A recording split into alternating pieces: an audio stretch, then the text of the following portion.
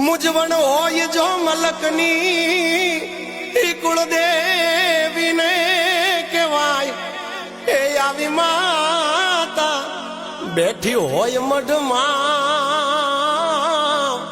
એ પછી બીજે જઈનો બેહાય આવી માતા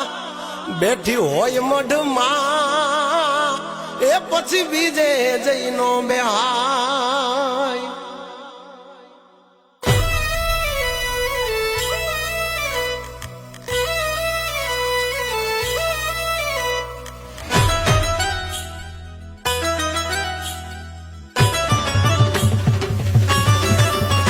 હે જૂનું